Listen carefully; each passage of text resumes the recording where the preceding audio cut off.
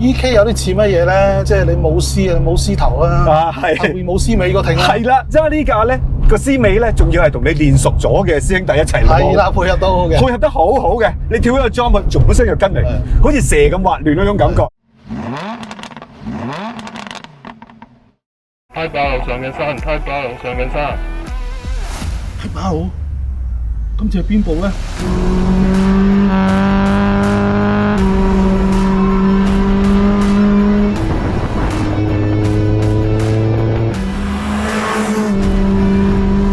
喂，Eman啊，今日試架咁靚嘅 Integra DC2，當然要襯翻隻型仔賽車手錶啦。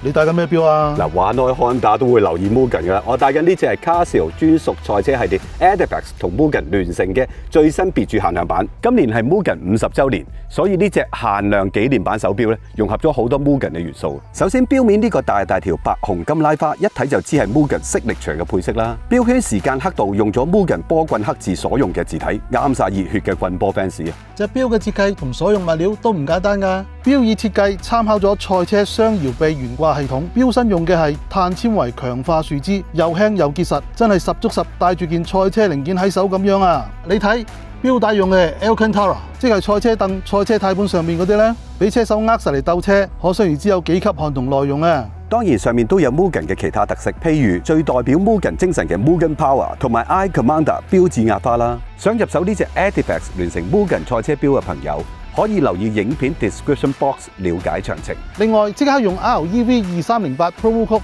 去 Casio 授權網上旗艦店買其他精選 Edifice 系列手錶，都有8折㗎。中意賽車嘅朋友就唔好錯過啦。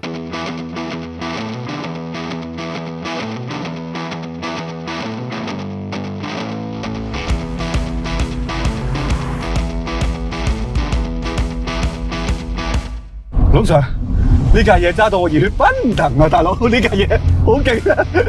淨係把聲直頭吹情藥咁啊，拍咗幾粒偉哥仔，好犀利啊！好犀利啊！90年代嘅高轉引擎咧，呢部真係代表作嚟㗎啦！你諗下，當其時出，差唔多係全世界試過嘅 media 都話佢係好嘢嚟㗎，即係頭碌車喺90年代嘅 Easy 班係嘛？其實我一路都冇揸過 DC2 嘅 DC5，我係揸過好多次。但係呢架車同我之前喺舊台試嗰架 EK9，呢架明顯穩定啲，同埋應付唔同嘅路面咧，佢嘅能力係高強啲嘅。你開頭都懷疑過佢係有改裝㗎？係啊，呢啲車好少冇改裝。係啊，佢真係冇乜㗎，即係有啲嘢壞咗，佢就必須換。譬如幾粒子就換咗啦，但係大部分嘢90%以上都係原裝嘅。你真係可以體驗翻呢個8000幾轉引擎嘅威力，再加上呢條尾鼓。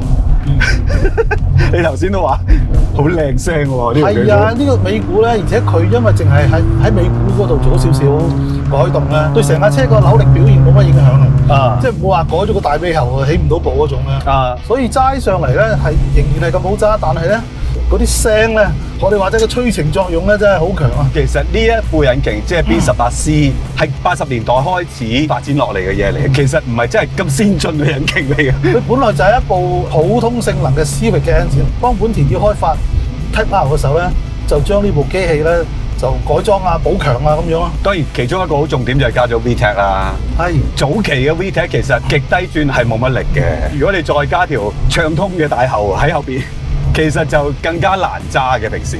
但係而家呢架好文明嘅呢架，係啊，係真係好容易處理。但係你好慢嘅時候，你都感覺到佢低轉係揸少少嘅。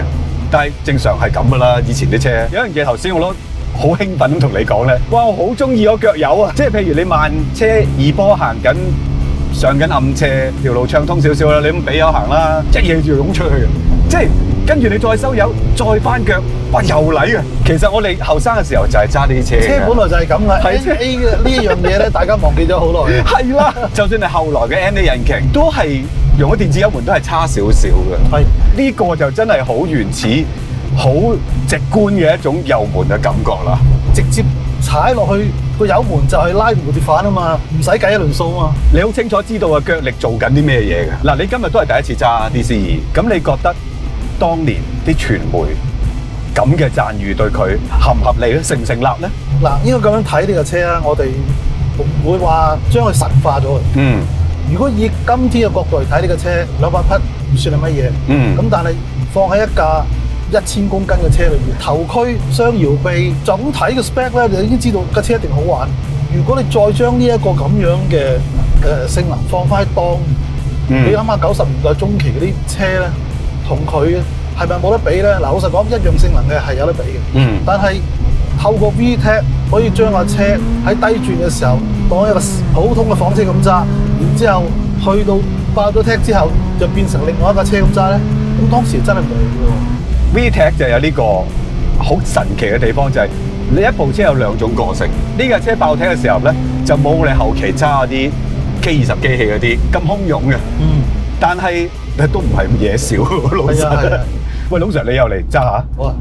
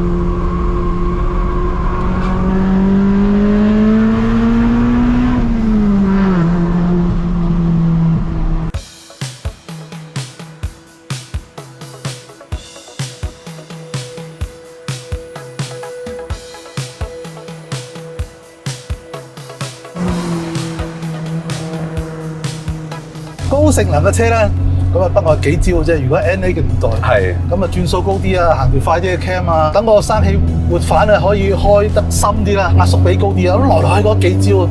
咁你又識我又識啊，點解你咁巴閉啦？佢嗰個生氣嘅深度咧係開到11點幾啊。當時咧你歐洲、日本高性能嘅車咧都唔會開到咁深嘅，即係開到係9啊10啊咁上下 mm 咧就已經係好深嘅，因為你嘅車幾高性能都好啦，你都要由慢慢行上去噶嘛。係啊，係啊。咁所以如果你得一條 cam 嘅話，你開得咁盡咧，你慢車真係行唔喐噶喎。係啊。但係 VTEC 有條慢 cam，係嘛？可以平時可以好好咁行，然之後帶到你上5000轉嘅時候轉條快 cam。係。所以佢可以用到咁盡咯，用到條快 cam 咁快嘅話，轉數一提高咧，要做嘅嘢就好多。咁所以佢生氣嗰邊，佢用打孖嘅蛙彈弓。蛙彈弓係啊。由呢個壓縮比做到好高啊，因為蛙都開得深啊嘛，個 piston 上得高啊嘛，咁所以咧就喺個 piston 嗰度咧就要做啲凹位去就翻。咁呢種技術咧而家就好 common 啦，但係當其時咧就歎為觀止喎。同埋由於你要轉到咁快咧，咁所以好多嘢咧都係要用人手打磨，賽車隊特登揾個人去咁樣做就得啫。如果你係 mass production 咁樣做咧，你個生產成本就好高啦，產量就好低啊。所以係冇乜車廠喺量產嘅產品裏邊咁做，仲有咧就係你本身 B 係引擎嗰 block 咧，其實唔係咁強嘅啫嘛。即係我哋如果睇翻 K20機器咧，我哋以前都介紹過啦，佢有好多好強嘅設計嘅，即係包括 wing bearing 成個揼上去啦。B 係引擎咧，如果普通房車咧係冇呢個設計嘅，咁但係佢要將佢變做 Type R 嘅 engine 咧，佢都要補強啊。於是乎點搞咧？但係成個 block 本身嘅鑄件係唔可以容納成件個嘅 wing bearing 噶嘛，所以好得意㗎。你如果反轉嗰台 B18嘅 engine 咧，你見到一部4氣缸嘅 engine 咧，佢有5個 wing bearing， 佢將其中3件咧就做到一件過係嘛？一頭一尾就冇計啦，因為佢要接駁其他嘢。哇，咁都好啦，叻咗好多咯喎！佢喺即係有限嘅條件之下咧，發揮到呢部 engine 盡晒。咁當然啦，你 B16之後 B18，然之後去到咧嗱冇得再搞㗎啦，再勁啲。我哋就以前講過嗰部 K20啦，K20嘅感覺就係因為佢 CC 本身大咗啦，你個扭力咧總體係提高咗，於是乎咧就唔需要話真係好似靠 B 係引擎咁樣咧，係一定要去到咁高轉數咧架車先至開始係有力啊，咁所以 K20又更上一層樓啊，另外一個層次啦。今日揸翻呢一種嘅舊世代大 TEC engine 咧，真係幾開心。因為 K20咧喺同一個山路，我哋都試過好多部車啦。你好似幾難用得盡個轉數，但係呢架好易嘅，我覺得。佢6000轉先爆 TEC嘅，咁又去到8000轉就紅區，跟住8500轉就 cut 油㗎啦。喺呢個轉速裏邊，其實你係幾容易用到6000至8000嘅。係啊，呢架車係特別用，因為佢本身扭力係唔高啊嘛，你係係要踩啲轉數出嚟先至有力啊嘛。好似我哋上次試活根 RR 啊，或者 FD2咁講咧，呢副計配呢個波箱咧，走大帽山咧，其實你 even 連 heel and toe 你都要學下點做，係因為你唔係平時咁，哇係咁依啊做下就得嘅，反而你係咁依做下，好容易一來頓挫，係啊，二來有機會落路，係啊係，所以必須要睇住轉數做，亦都摸熟個油門。當你爆踢嘅時候，你係用第二種方法要去處理嘅，就唔可以個 heel and toe好似平時咁處理嘅。上次咧，我試架 EK 都係 B 計啊，兩架車喺相同條路咧，我覺得呢架我揸得盡情啲嘅。雖然 EK 我都揸得好盡情嘅，但係 EK 咧有一種好活潑嘅特性嘅。EK 有啲似乜嘢咧？就係即係你冇絲啊，冇絲頭啦，啊係後面冇絲尾個艇啦，係啦即係沒有絲尾啊，自己攬埋個絲尾上身嗰隻㗎。淨係冇住個絲頭啦，係啊就係揸 EK 咁。係啦，揸呢架咧個絲尾咧，仲要係同你練熟咗嘅師兄弟一齊攞。係啦，配合到好嘅。配合得好好嘅，你跳一個 jump，佢本身就跟嚟，好似蛇咁滑亂嗰種感覺。所以呢架係我覺得我揸得好放心而好穩定，亦都可以用盡佢個引擎。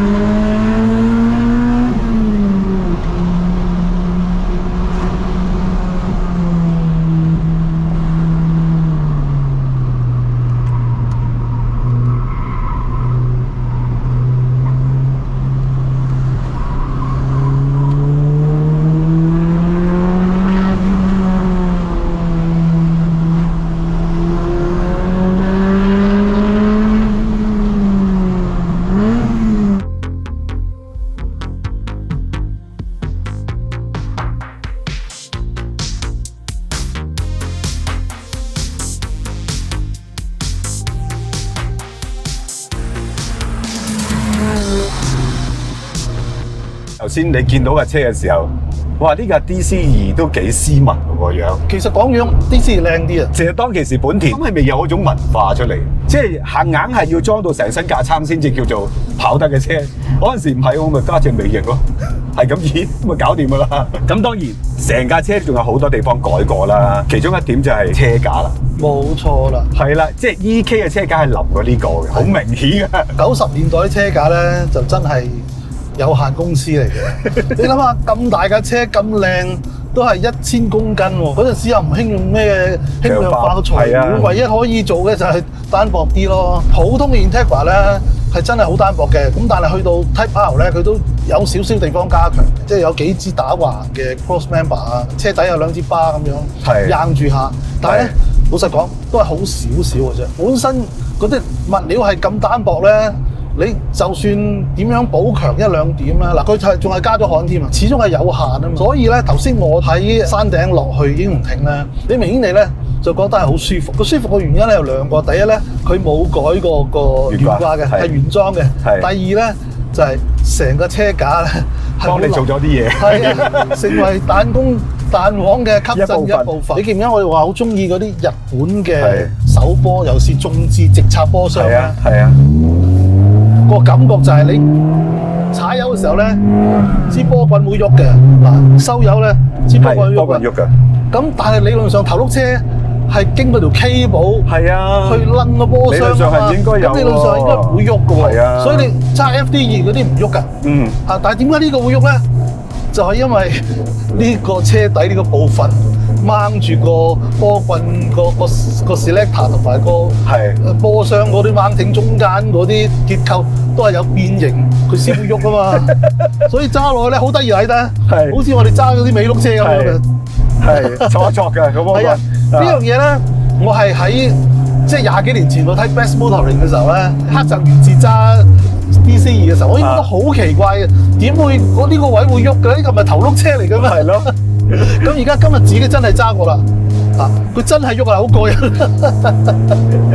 但係呢架咧就真係啲老式嘅車架設計，佢將個車架嘅輕微變形咧，成為架車吸收啲衝擊嘅設計一部分。但係當然啦，去到2000年你咁樣做嘅話，撞擊測試都過唔到，你唔使買一架車。事實上，頭先我哋揸又好，我哋拍攝嘅時候又好，睇住阿 DC2過嗰啲彎，有啲凹凸，其實佢係喐㗎。相同嘅情況，相同嘅路面，揸個 FD2係彈嘅，條海啦，係 bounce 㗎。好似你所講，接受佢有少少喐動同扭曲，係揸車嘅其中一個感受嚟嘅。咁由於佢有雙搖臂咧，呢個咁樣嘅輕微車架搖動咧，對於嗰個車轆嗰個 camber 角度影響應該唔會太大嘅。所以你見到後來啲車用咗麥花臣咧，佢就將個車架 set 翻硬啲咧，就等佢冇咁多變形啦，先至可以行得到。如果係呢一種咁遠嘅車架用咗麥花臣咧，就可能唔係咁理想噶啦。佢而家呢個真係好似八爪魚，啪一聲攤咗個地下度咧，4個 contact patch 咧就穩穩咁樣搭住喺地下度嘅。連續轉彎嘅時候，你4個轆都仲係咁樣黐住係啊，所以臨車架有臨車架嘅玩法啊。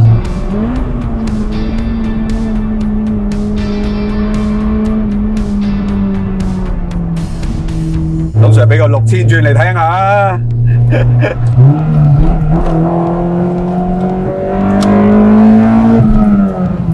有而一口啦，仲要熄咗冷氣先。係啦，保護好個引擎。嗱，Iman今日好開心揸 DC，唔係因為佢個名聲係咁響亮，而係咧喺啲高性能嘅房車裏邊咧，係真係有個分水嶺。譬如呢架車係冇乜電子系統啦，佢真係靠個機械式嘅差速咧去幫你啦。臨車架相對嗰啲懸掛嘅設計啊，嗰啲角度，原來另外一番風味嘅喎。我今日揸翻係開心嘅，因為我90年代初入行，咁呢架車係當其時嘅明星嚟。當其時啊，水貨車行啊，呂米高就入咗，我好想試嘅，但我未夠資格試。即係90年代初，我係諗唔到有邊架係同佢咁嘅性能嘅。標致306轉向靈活，車身都算係堅固，但係個 engine 嘅 performance 唔係呢個級數啊。跟住我都諗唔到仲有啲咩車係200匹，好好玩，因為200匹都唔多見嘅。其實嗰個年代啱開始有啲 turbo 啊，嗰啲 turbo 咧就會領到去200匹，甚至乎200匹以上。咁但係咧齋上嚟咧就同呢種 NA 高轉咧，有另外兩種風格啦。琴晚睇翻 Best Motor，捉波時間呢架咧，其實係同嗰啲 R32啊、FD 嘅 RX7咧，其實差唔多㗎咋，都係1分9秒、1分10秒咁上下㗎咋。其實架車真係快嘅，真係快。當然我哋唔係比較緊同而家嘅 turbo 車去比啦，但係你真係感覺個速度、個加速力好強。如果你真係喺賽道揸啲車嘅時候，其實你用得盡個 engine， 差唔多可以講，你係好容易成日 keep 住架車有200匹嘅狀態。我個仔琴晚同我傾呢架車，佢講咗個好有趣嘅説話。佢話呢架車當年咧個售價咧，只為一個年輕人咧工作1-2年就可以買得。我諗呢個亦都係令到佢成為一代年輕人傳奇嘅一架車咧係有關係，因為咧佢唔係話即係可望而不可即嗰種。係。你係有心，你有呢個咁樣嘅黑，有呢個熱血咧，你儲下錢你就可以買得到啊！事實上，當年 Honda 都係因為 NSX-R 出咗之後，又係風頭躉嚟㗎啦。佢哋都覺得要做翻一架入門啲嘅呢種嘅 format， 梯乜 R 乜，其實好似 work 喎。係啊，咁做咗出嚟，其實真係變成後生仔或者 affordable 嘅一個 sports car。而呢架 sports car， 我覺得有一個好關鍵嘅點啊，你可以帶得去入場啊。好似呢架 DC2嘅 Type R， 係好多啱啱學賽車嘅人係可以平時揸，跟住你 upgrade 少少就可以帶落場練習學習嘅一架好車嚟嘅。因為成個 Type R 喺個設計製作過程裏邊咧，佢已經係用一套落場咁樣嘅工藝嘅水平去做，所以真係唔使點搞，亂咁搞可能仲搞壞咗佢。係啊，所以一般嘅初哥咧，啱落場學賽車咧，其實揸呢架車其實要搞嘅，當然加翻個 cage 啦，一定要啦嚇。咁係加翻啲比力嘅導風，生意就 OK 嘅啦。咁當然而家要買都唔係容易啊，因為 Type R DC2， 如果我冇睇錯，大概3萬零部，唔係好多嘅啫。即係總產量。總產量。哇，咁就好少喎。其實 Type R 佬我哋都7、7、8、8個啦，試得。仲有邊部你想試㗎？仲有冇啊 ？NSX 嘅 R 未試過。係啊，唔好咁啦，老 Sir。我揾唔到俾你㗎啦。啊，只要係 R 就有呢種感覺就夠㗎啦。其實咩 R 都冇所謂啊。熱血嘅高轉啊！你又催情喺度。哇，好靚聲啊！哇，好中意啊！哇，好中意啊！我哋近排成日試啲車都冇聲冇氣，終於試翻部又嘈又熱嘅車啦！咁記得 subscribe 我哋 YouTube channel， 應該仲有好多熱血嘅車嘅。係啊，90年代至到2000年咧，其實有好多好嘢嘅，慢慢逐步試俾你睇啊！